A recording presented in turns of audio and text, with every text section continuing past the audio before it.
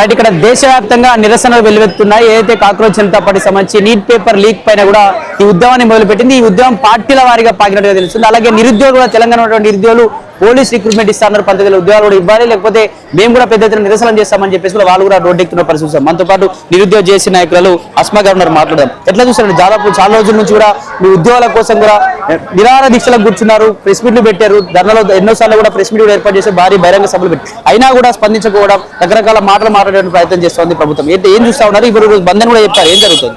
ఇప్పుడు బంధని కూడా ప్రకటించినాము. ఇంకొకటి ఏంటంటే అసలు కేంద్రంలో అయినా రాష్ట్రంలో అయినా బలయ్యేది మాత్రం నిరుద్యోగులే.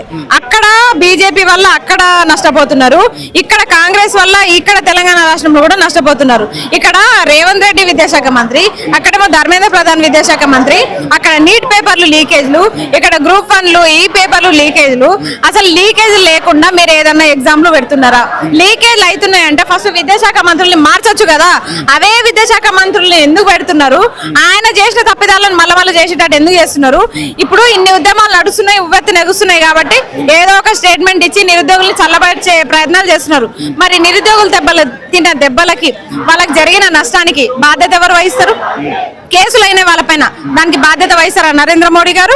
అలాగే రేవంత్ రెడ్డి గారు కూడా మీరు నిరుద్యోగుల పట్ల మీరు బాధ్యత వహిస్తారా?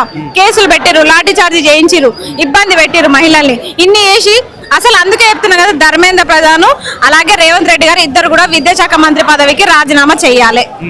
రేవంత్ రెడ్డి కొడంగల్లో వాళ్ళ విలేజ్ సంబంధించి ఊర్లో కూడా ధర్మేంద్ర ప్రధాన్ రాజీనామా చేయాలి, విద్యకు అసలు సరిపోడు, ఇట్లా లీకులు చేయడం ఏంటి అని కూడా పెద్ద ఎత్తున నిరసనలు వ్యక్తం చేసి ర్యాలీలు చేసి మాట్లాడండి. ఎట్లా చూస్తారు? నిజంగా నవ్వొస్తుంది నాకు. ఎందుకంటే తెలంగాణలో నిరుద్యోగోద్యమాలు జరుగుతానేమో స్పందించారు కాంగ్రెస్ పార్టీ వాళ్ళు. ఇప్పుడేమో గాంధీ భవన్ ముందల ధర్నాలు చేస్తున్నారు, కొడంగల్లో ధర్నాలు చేస్తున్నారు. అసలు మీరు ఒక విద్యాశాఖ మంత్రి, మీరు విద్యాశాఖ మంత్రి పదవికి ఎంత న్యాయం చేస్తున్నారు? ఇంకొకటి, అక్కడ రాహుల్ గాంధీకి దెబ్బలు తగ్గితేనేమో రక్తం గారుతుందా, ఇక్కడ మాకు గారితేనేమో రసం గారుతుందా? అసలు మమ్మల్ని కొట్టినప్పుడు మీరు ఎక్కడ పోయిరు? మరి మేము నిరుద్యోగులం కదా, మేము విద్యార్థులం కదా. సరే అవన్నీ కాదు అన్నా, మా మీద నిందలేసినా మేము కూడా సాటి మనుషులమే కదా. మరి మమ్మల్ని కొట్టినప్పుడు ఎటుపోయారండి? తెలంగాణ రాష్ట్రంలో జరుగుతున్న నిరుద్యోగ ఉద్యమానికి ఏ కాంగ్రెస్ పార్టీ నాయకుడు మద్దతు ఇచ్చిండు? ఎవరు కూడా ఇవ్వరు, ఎందుకంటే మీరు అధికారంలో ఉన్నారు. కానీ ఇక్కడ కూడా నిరుద్యోగులకు అన్యాయం జరుగుతుంది. ఇన్ని ఫ్లెక్సీలు ప్లకార్డులు పట్టుకొని అక్కడ నిరుద్యోగులపై జరుగుతున్న దాడిని ఖండిస్తూ ధర్మేంద్ర ప్రధాన్ రాజీనామా చేయాలని చెప్పే విద్యాశాఖ మంత్రి రేవంత్ రెడ్డి గారు, మీరు కూడా తెలంగాణ నిరుద్యోగులకు ఏం చేయట్లేదు, మీరు కూడా రాజీనామా చేయండి. పెద్ద ఎత్తున నిరుద్యోగులందరూ కూడా ర్యాలీగా రాబోతున్నాం, నిరసన ఉన్నాయని చెప్పేసి మాట్లాడారు. కొంతమంది కూడా హౌస్ అరెస్ట్ అయిన పరిస్థితి ఏంది? అసలు ఎవరు కనిపించలేదు నిరుద్యోగులు, నిజంగా అందరూ అరెస్ట్ అయిపోయారు లేకపోతే విరమించుకున్నారా? మీరు అందరూ అరెస్ట్ అయిపోయారు, నేను తప్పించుకున్నా. కానీ కాకపోతే ఈ రోజు పెట్టేది లేకుండే బంద్ అనేది. మేము చెప్పినాము ఈ రోజు బంద్ పెట్టకండి, ఈ రోజు వద్దు, ఎందుకంటే ఇక్కడ ఈ ధర్నా నడుస్తుంది. మళ్ళీ పైనుంచి ఎన్ఎస్ఏ వాళ్ళు కొన్ని విద్యార్థి సంఘాలు కూడా బంద్ను పెట్టుకున్నారు.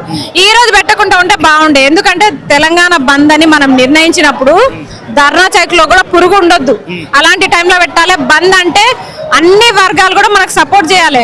2 రోజుల ముందు బంద్ అంటే అది చాలా ఇబ్బందితో కూడుకున్నది. తెలంగాణ బంద్ అంటే దానికి అనవసరంగా అబాస్పాలు చేయకండి. ఎవరు కూడా కొంచెం నిర్ణయాలు తీసుకొని స్ట్రాంగ్ గా చేద్దాం తెలంగాణ బంద్. అసలు పర్మిషన్ రావట్లేదు ధర్నా చౌక్లో, మీరు ఏ ప్రోగ్రామ్ పెట్టాలన్నా పర్మిషన్ అర్ధరాత్రి రావడం, కొందరు అసలు పర్మిషన్ ఇవ్వకుండా, పర్మిషన్ ఇచ్చిన కొన్ని ఆంక్షలు, కొంతమంది రావాలి లేకపోతే ఎన్నికల్లోపు వెళ్ళిపోవాలి, రకరకాల ఆంక్షలు విధిస్తా ఉన్నారు మీరు ఉద్యోగుల పక్షం. ఆయన బోర్డు పర్మిషన్ ఎవరికి అవసరం లేదు, ఇక అయిపోయింది. పర్మిషన్లు అలిగే రోజులు పోయినాయి. అందుకే పర్మిషన్లు ఈ ధర్నా చౌక్ లో పెట్టుకోవడం ఇవన్నీ అయిపోయినాయి, క్లోజ్ చేసేసినాం. ధర్నాలు అయిపోయినాయి, నిరసనలు అయిపోయినాయి, అన్ని అయిపోయినాయి.